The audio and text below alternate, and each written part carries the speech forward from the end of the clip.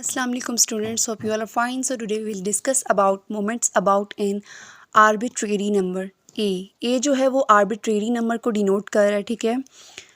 Rth moment about a is the arithmetic mean of the rth power.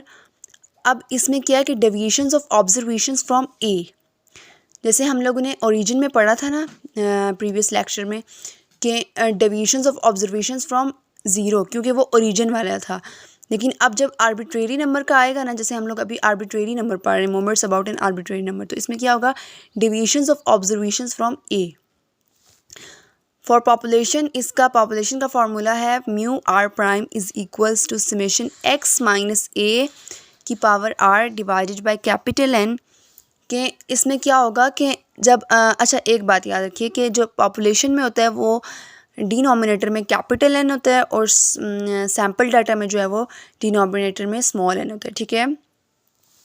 अब इसमें population में यहाँ पे ए क्यों आया, क्योंकि हम लोग arbitrary number find moments about an arbitrary number कर रहे हैं, ठीक है. अगर हम लोग यहाँ पे मोमेंट्स अबाउट ओरिजिन करते तो यहाँ पे 0 होता.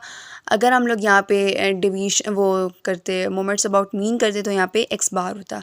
तो जैसे अभी हम लोग moments about an arbitrary number solve कर रहे हैं तो यहाँ पे क्या होगा ए, ठीक है.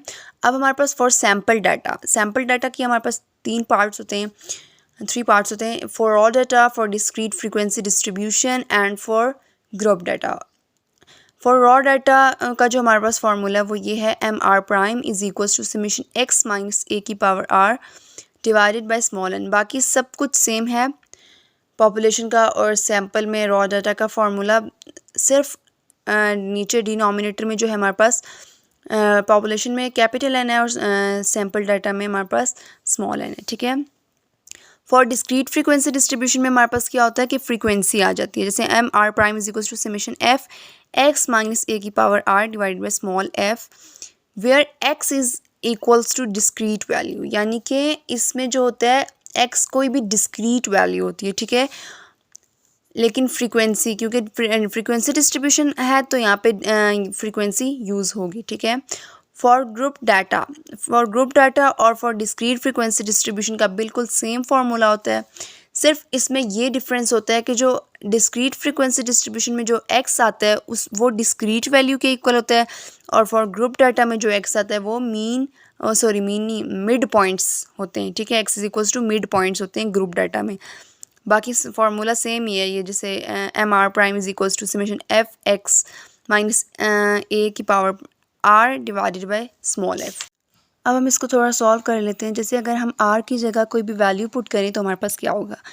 आर की जगह अगर हम फार्मूला में 0 पुट करें तो हमारे पास आंसर 1 ही आएगा, क्योंकि फार्मूला हमारे पास क्या है, M R prime is equals to summation X minus A की power R divide by small n. तो जब इस आर की जगह 0 पुट होगा, किसी भी मतलब कोई भी अगर फार्मूला है और उसकी पावर में 0 पुट हो तो क्या होगा, आंसर हमेशा 1 के इक्वल ही आएगा, ठीक है.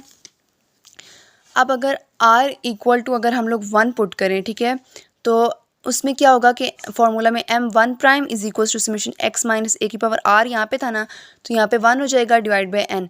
तो जब ये सेपरेट हो जाएंगे फिर आगे जाके summation x divided by small n minus यहाँ पे n इधर डिवाइड हो रहा है, इधर जाके मल्टीप्लाई हो जाएगा माइनस n a की power n divide by n, क्योंकि यहाँ पे समेशन था इसलिए भी यहाँ पे n आया है, ठीक है, क्योंकि ये कांस्टेंट है.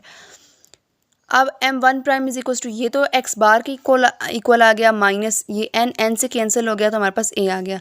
तो ये हमारे पास m1 प्राइम क्या है, x बार माइनस a के equal. First moment about a is equal to x bar minus a, ठीक है. x bar is equals to m1 prime plus a. कैसे कि जैसे x बार इधर ही रहा और ये यहाँ पे a माइनस हो रहा है ना, तो जब यहाँ पे इधर इस तरफ आएगा तो m1 प्राइम प्लस a हो जाएगा, ठीक है. यहाँ पे माइनस है तो यहाँ पे प्लस a हो जाएगा, ठीक है. अगर हम r की जगह 2 पुट करते हैं तो m2 prime is equal to summation x minus a की पावर 2, r की जगह 2 आ जाएगा डिवाइड बाई n. तो ये किसके इक्वल आया, जब इसको इसी तरह सॉल्व होगा ये, तो जब इस तरह ये सॉल्व करके जो एंड पे हम लोग चेक करेंगे तो हमारे पास किसके इक्वल आएगा, मीन स्क्वायर डेविएशंस के इक्वल आएगा, ठीक है. आई होप आपको आज का लेक्चर समझ आ गया होगा. Thanks for watching my video and please do subscribe my channel.